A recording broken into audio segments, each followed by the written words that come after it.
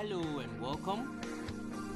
If you are new to this channel, this is a game making channel where we learn how to create our own games with the help of game engines. At the moment you are using GDevelop, which is a simple to use game engine that enables you to create your own games without any skill in coding or expert skill for that matter.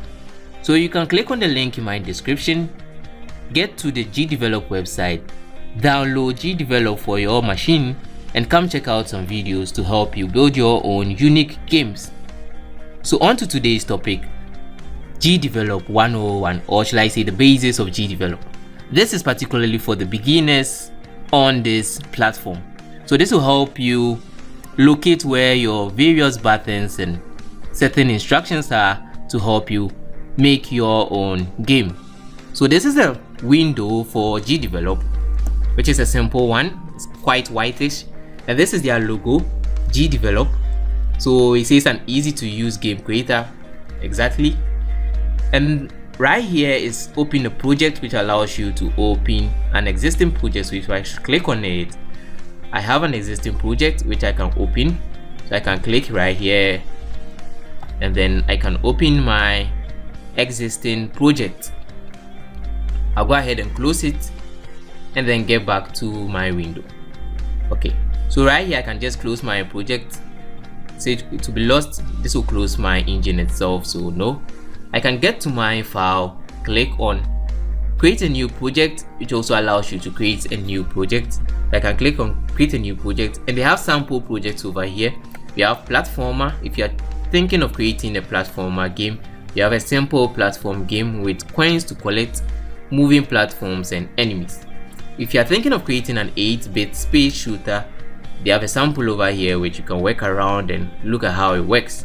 Then we have a 3D isometric game where you can explore a map with your character. You have the bicycle downhill bike racing, which is a 2D based game where you have a lady sitting on a bicycle. It's quite interesting. Let me just double click on this one. It's quite interesting. So yeah, I'm going to run it just so that you can take a look at it. It's quite interesting for me. I don't know about you, but it's very interesting. So this is your lady and you're supposed to help your lady ride, and it's really quite interesting. The lady falls and all, and yet still nothing happens to her. So you can make changes to it or just get to know how it works, and you can create your own games from there. So let me get into create a new project, and then I'm going to take you through a sample project. I will take you through platformer. So I'll click right here on platformer, and then I have my platformer. So for GDevelop, a new scene is actually your window where you can move objects either to the left, to the right, rearrange them, and then create your own game window. So this is the interface where you can arrange your objects, make sure they are in alignment, build your city, build anything at all you're trying to build, add your go left and go right. So this is more like the UI part of the game. And then when you click on new scene events, these are more like the coding aspect of your game, or shall I say the skeletal aspect of your game. This is the part that gives instructions to your UI. So I'm going to click right here. This part allows you to create a new empty event, and for GDevelop, empty events are what runs your game. So I'll click on create a new empty event, and then yes, I have an empty event down below. So you can either add a condition or add an action. A condition allows you to state a particular statement that will make your action okay. So let's say let me get back into my new scene. I have a coin over here, and then I have my player, and when my player collides with my coin, I want a particular action to occur. The condition is if my player collides with my coin, the action will be probably I should score a 10 point. So that's what happens. You can click right here to add a condition, get into your common conditions for all objects. That's where you can locate your collision. I'll click right here on collision, and then I can choose my player, and I say if my player should collide with my queen. So I can type in my queen,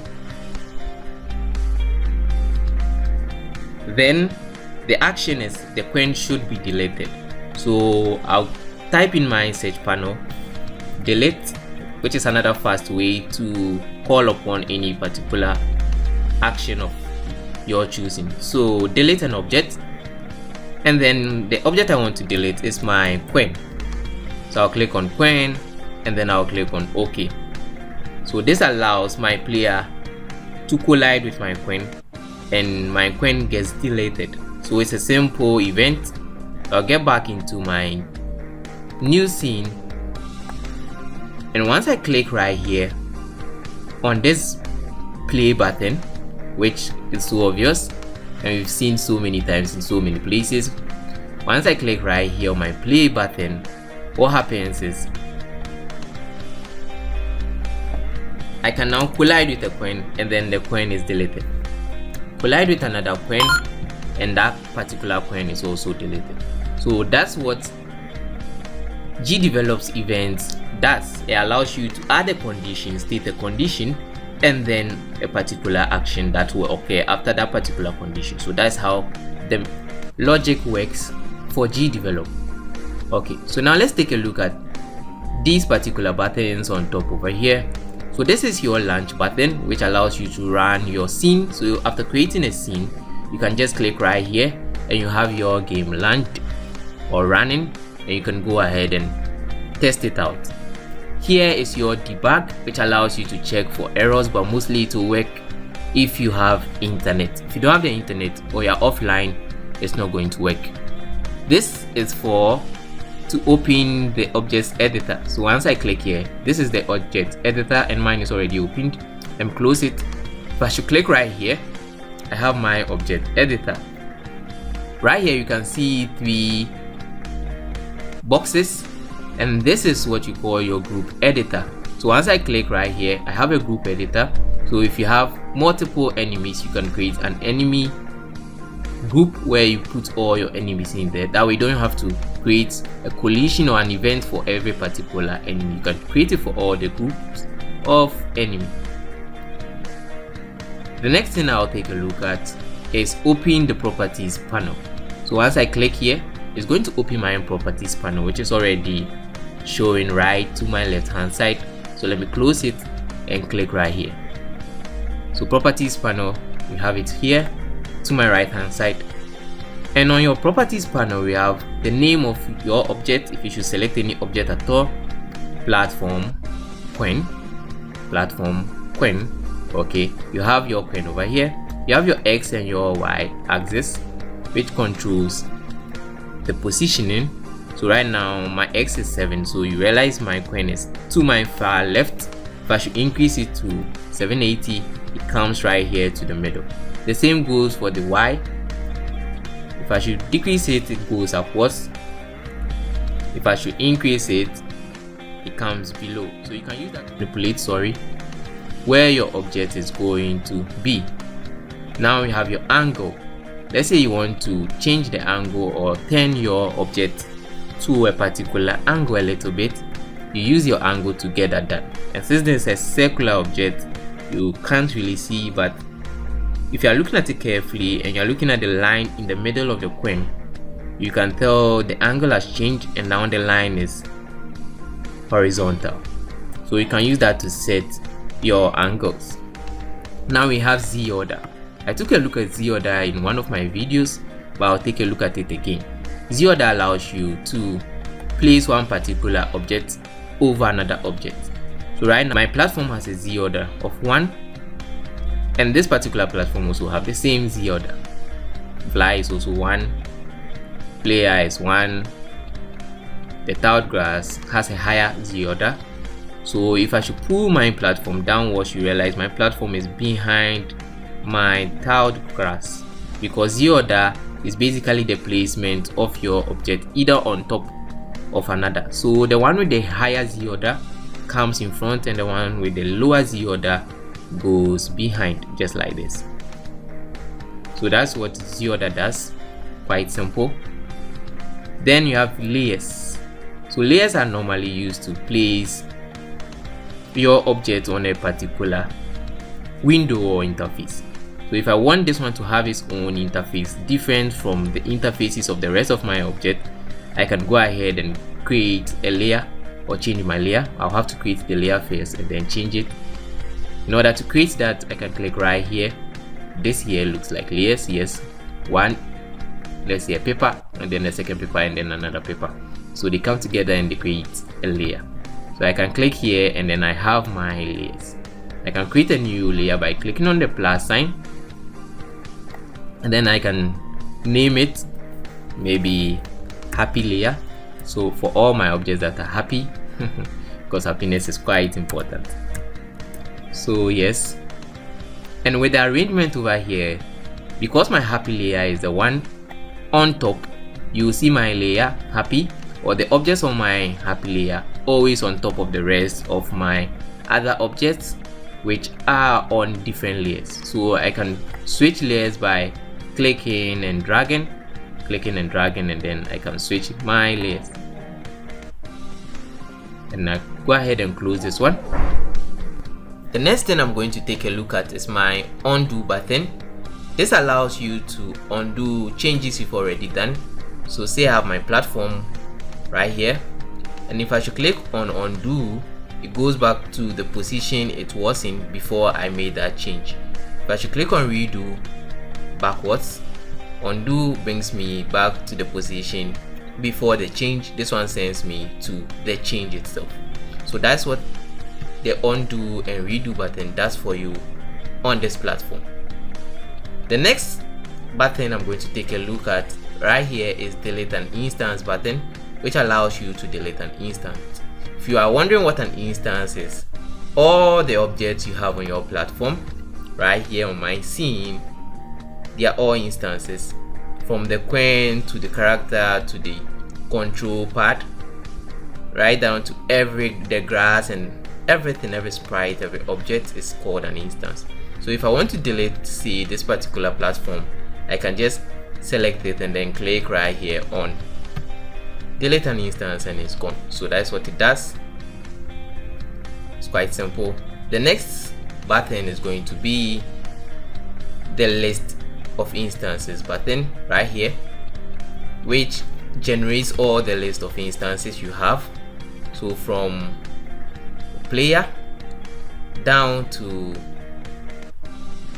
the last instance, which is your queen. So it lists every instance, not just if it's a queen then queen, so you have only one single queen. No, every queen. So we have queen. So if you have 1,000 coins, you see all the 1,000 coins over here.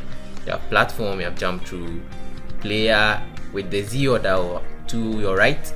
The layers, there are no layers because they are all set to the base layer. Right here we have the GUI layer, so you can see it here. So this one is more of a tabular representation. Your angles are also here. The angles are all 0. You have your X and Y axis, and that's it for list of instances. I've already taken care of layers, so the next button I'll take a look at is toggle stroke edit grid. So if I click right here on show marks, it has already been checked. If I should click on show marks, realize that the square like, black like, thin like box that was right here that allows me to be able to kind of separate my screen is gone. So let me click back on it, show marks, and it's back. If I should drag, this is the show marks. It allows me to have a view of my screen. So let's say this is kind of like a barrier saying this is my screen for my game. If I should run the game right now, this is the position that my game will take. So if I should put my score to the left top corner, or my player's face or lives to my right top corner, or probably my keypad to my left bottom corner, or something else right here. So it allows you to better have a view of how your game is going to run in full version. Once you click on the launch or the run button, you are going to have it in the square like format. So it's more like a cover or a screen barrier, helping you to better create your games. So that's it for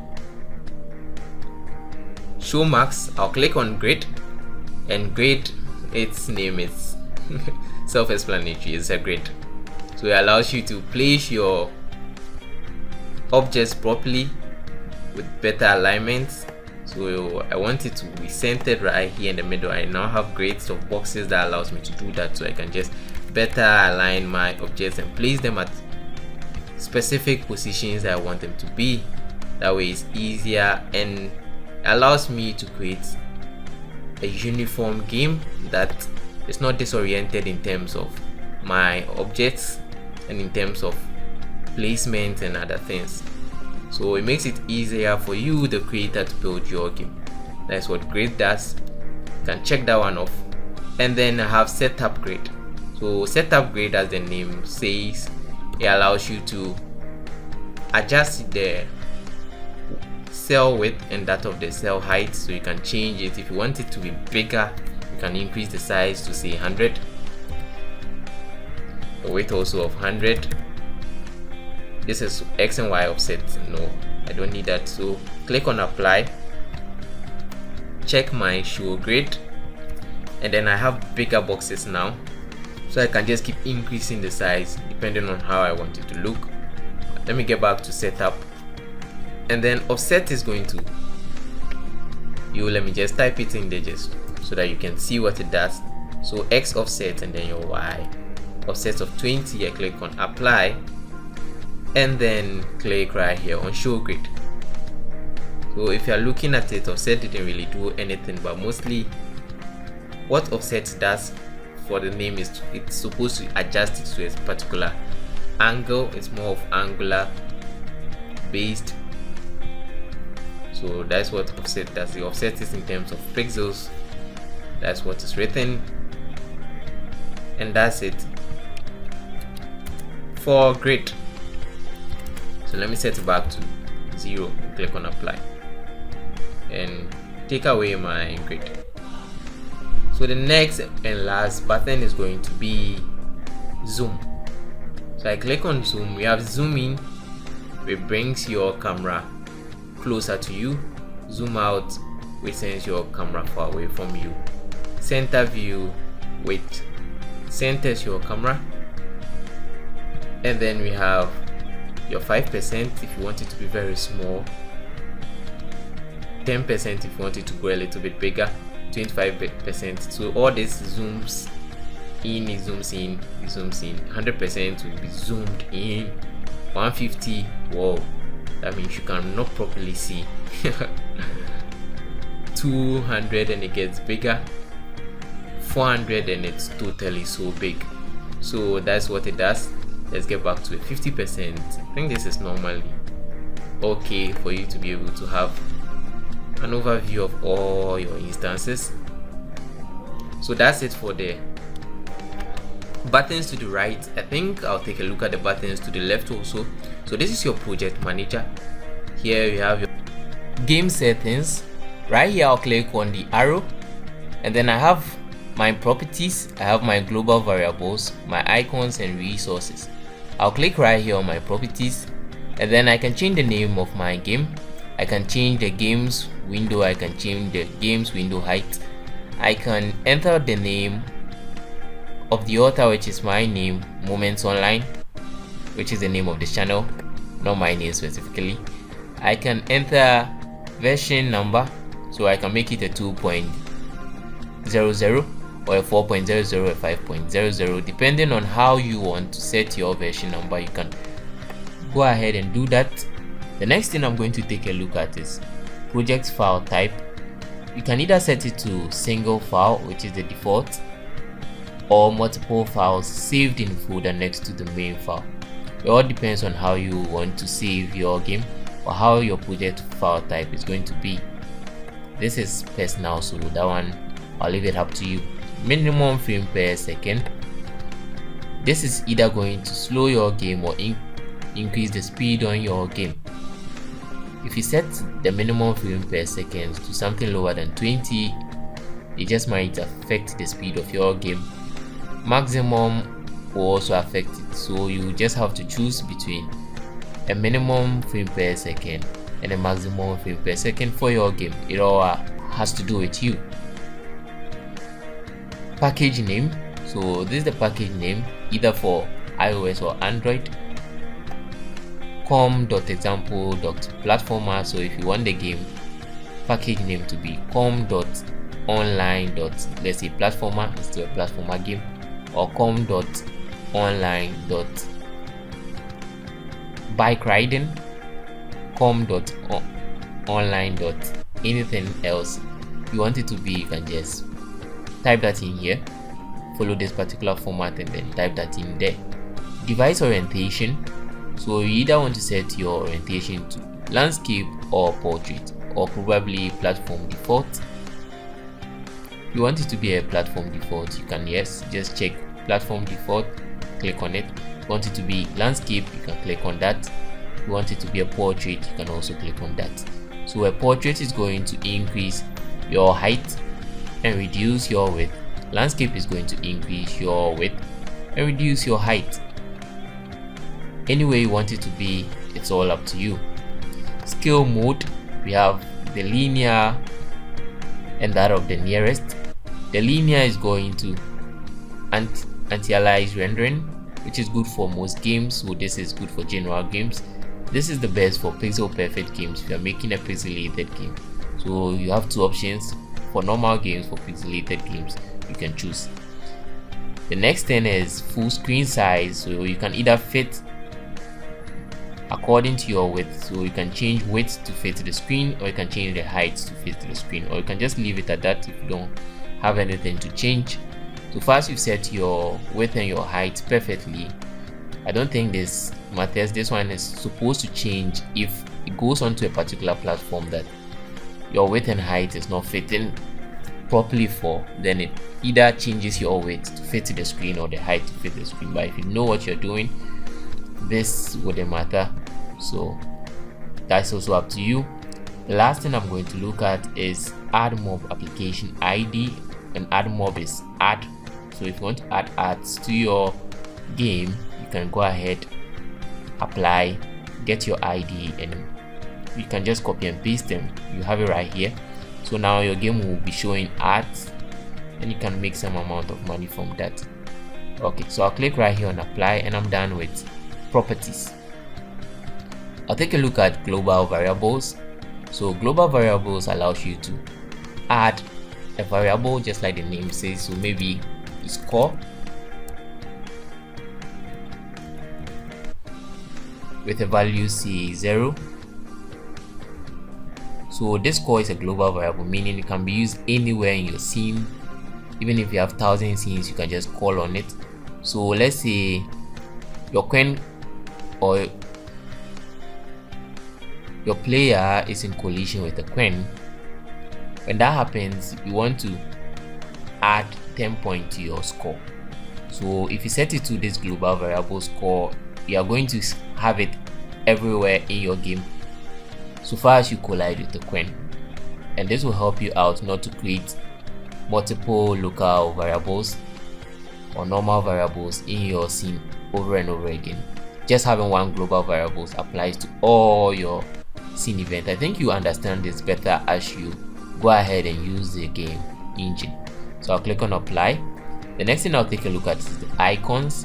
So you can generate your own icons from a file you already have. If it's in PNG, you can just get it in here, and then it's going to create different icon sizes for your desktop, for your Android icons, for your iOS. Yes, so these are the icon sizes to create for your game. That way it's easier for your game to just pick a particular icon and then apply it to itself for any platform you want to. Now I'll go ahead and click on resources. So resources here are your images or your objects or your sprites. they are all over here. So whatever you added to your game, your resources, P walk 1 is the player walking, walk 2 is the player walking, walk 3, they are all images, so we have all in there. So resources allow you to come here, you can come and check. Okay, so I have walk 10, walk 11. You can click right here, rename, remove, open file. You can locate the file if you want to. You can scan the image, you can scan for audio, you can scan for font. You can make so many changes over here.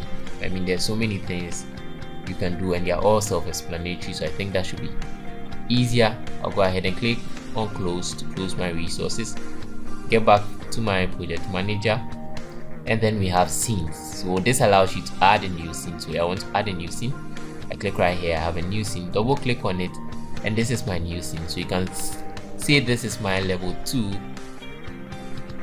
of my level 1 over here. So you can increase the scenes, or episode 1, episode 2. It just allows you to keep adding. If you want to switch, move this one up, you can just click right here on these 3 dots and then move up, click on it again, and you can just move down. You can copy and then you can paste. You can do the rename. You can click here to rename your game, so whatever you want to, you can just type AN. Yeah, so you can do so many things. You can edit, you can rename, you can delete, and all these are simple things I'm sure you'll get a handle of. So I'll get into my external events. So external events allows you to add external events to your game. So we have this event. So let's say I want, even though I have an event for my new event, or should I say this is my stage 1. So for my stage 1, I want other external events that will link to this one. So an external event will look something like this: enemies management. If I should click here, this is an external event. So you see it's right underneath over here, enemies management, object management. If I should double click, I have my object management, I have my GUI management. So I have 3 management. I can keep adding other management and linking it to the original new scene. The reason why you do this is so that you don't have so many events on just one particular scene. You can have this event and link it to as many scenes as you want. It's all up to you and how you want to go about your game creation. So we have external layouts also. Just as we have events, we also have layouts. So you can add layouts, external layouts. So you can add your layout and then link it to either the new scene. So now I have my external layout and I've linked it to my new scene. So if I should get into my new scene, I'm not going to see my external layout until I go somewhere here and then create a link and then rename that. But I'll get into details on this one some other time. So I'll go ahead, scroll downwards, and the last thing over here is functions, stroke behaviors. So this allows you to add functions and behaviors to your game. So I can click here. If you have any external functions or behaviors or extensions, just like, you can add them over here. So you have your edit extension options. So you can add a new function, you can add a new behavior. All these are external things that you can import into your game. Okay, so that's it for your project manager. Tackled everything on here. The next thing I'm going to do is click right here to my export the game. So this is my export the game window, which allows you to export your game. So you can export your game directly to Android, and they said the iOS is coming soon. It's not in yet, but you can export to Android right now. You can export to Facebook Instant Games. You can export to web. You can export to Windows, and for your advanced, you can build it as a local file, either as HTML5 game. You can also build it as Android and go through the difficult way of getting your game to Android. And then we have Windows stroke macOS stroke Linux. Yeah, you can build it locally for either Windows, macOS, or Linux. It's all up to you. So you can either choose the simpler way, or you can choose the most taxing way. So that's it for a quick guide into GDevelop. I think with this you should be able to know your way around GDevelop's engine and start building your own games.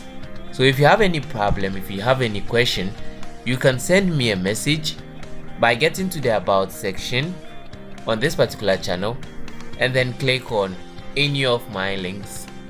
You can then send me a message and I'll receive that and reply you.